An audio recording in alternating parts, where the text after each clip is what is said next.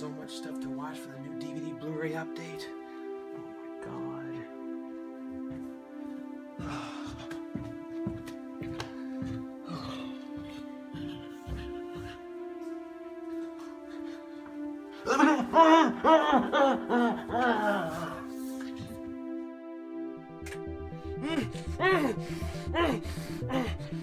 Hey, it's me, your boy, the Fluffy Gamer. I got this game here for $50. I thought for sure I caught him slipping. It's a nice clean copy too, I might add. But I found out it's only worth $5. So I overpaid. But you know what? I don't care, because I like it, I wanted it, and I'm happy to add it to my collection. Ooh. My favorite beer in the entire galaxy planet.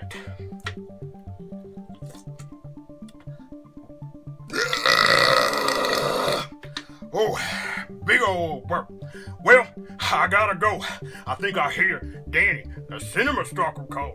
So, alas, I'll see you later. Hey, what the fuck? Oh, check out them assets. Oh, hey, it's me, Cinestalker Danny. I've been out all day stocking up on some shitty VHS cheese right here. And speaking of cheese, check out these cheesy double stuffed burritos. I'm be stocking up on these smelly things right here. And speaking of smelly, have you met my little meatball? Oh yeah, ain't she pretty? Oh, but I gotta go. I think I hear the Crypt. Wet Movie 1 calling. Check him out. I'm gonna get the stalk out of here. Since I'm Danny, Cinestalker Danny, motherfucker. Hey buddy, it's me, Wet Movie 1, buddy, and we're gonna hurry up on this video, buddy.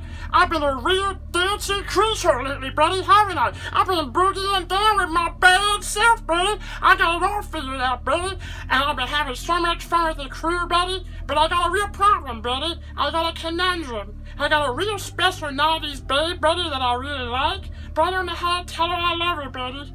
I feel like I've been living for the first time in my entire life, buddy, and this is all new for me, buddy. But, buddy, I gotta go. I got some elbows out there with my name on it, buddy, so it's time for me to boogie on down with my bad self. Hey, buddy, hey, buddy, hey, buddy, hey, buddy, hey, buddy, hey, buddy, hey, buddy, hey, buddy. Look into my eyes, tell me what do you see? Get to the chopper! Stick a knife in me, I'm done! Welcome to the Daily Woo! Oh, hey, Coolduder. Pretty much just came on by, been driving around in my Woo V, also known as the Large Marge, checking out the nooks and the crannies all around the United States, but boy is my backside tired from sitting so much. But came on by just to tell you, you might as well go see that movie Split, give it a review. That's pretty much the whole point of this whole video and all these charades and this nonsense. But gotta go, guys. You Coolduder, the Daily Woo, the woo-woo. Hey guys, Sean C. Phillips here, now with my review of M. Night Shyamalan's Split. This is one, when I first saw the trailer of this movie, have really been looking forward to seeing this one. I thought the trailer looks very, like, a really cool film, and, like, I actually really always like, M. Night Shyamalan's movies. I've always, I feel like, some of them, though, have missed a little bit, like The Happening, I really didn't love, and I feel like that movie is kind of what made people think that he wasn't going to be able to do, like, the kind of things that he was doing with something like Sixth Sense or Unbreakable and The Village, which were, like, I feel like, his top 3 ones. I think my favorite of all of his films is Unbreakable. For some reason, I've always really liked that movie, and his movies always kind of make me cry a little bit, especially Unbreakable. Like, Unbreakable, there was just some stuff in that was just like a truly amazing movie to me, and The Village, and these movies are always known for twists and things like that. This movie, though, I feel like with the Visit, which was his last movie before this one, he really started coming back to making these really, really strong horror movies.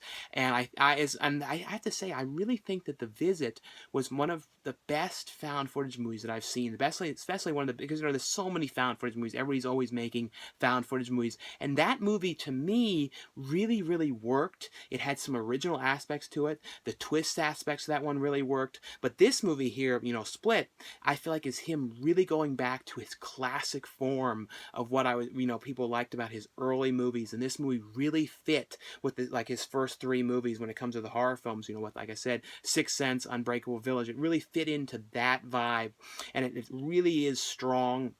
And of course, when I was leaving the theater, there were some people saying, "Oh, I hated it. I just, oh, what crap!" And I was thinking, like, what?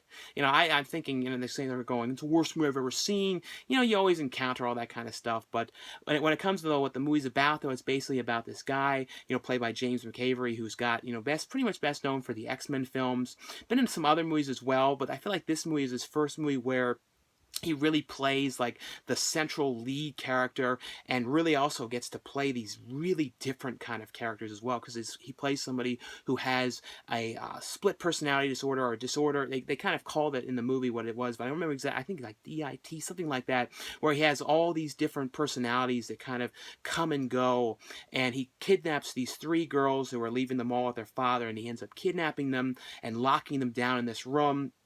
And he keeps coming into the room, with different different personalities, and saying that, one of them's a kid, one of them's a woman. There's all these different ones, and he's basically saying to them, though, something big is happening, and you're here for something big when you meet the beast. And it's kind of like, and it also deals with his character going to therapy, and kind of like pulling ones over on the therapist, though, because of the way he's acting. He sees this older woman who's his therapist, and she's obsessed with this disorder that he has, and kind of like really obsessed with trying to figure out everything she can about it. But that's essentially the whole thing, is dealing with this therapist, and then dealing with him, with these girls that are locked down in this room, and them trying to figure out how they're going to get out of here. The one girl is from the movie The Witch. She's also in Morgan. The other actress is from, it was recently and The Bronze is the one that the woman is training. I don't know. There's really good actresses in this one. Everyone was really good. Everyone gave a really strong performance in this movie. It's actually also a very creepy movie too. To see him go from these personalities, and where you actually feel as if it's really, these people really exist. It's not like it's somebody just doing these personalities, some crazy person with all these personality disorders. It really almost feels like there's really these other people, and when these other people kind of come in to talk to these girls, you really feel like they're a real person, and they're not just like him doing all these voices and things like that. And it really works, and the vibe of the whole thing too, of just trying to figure out how these girls are going to get out of here, what's going to end up happening to them.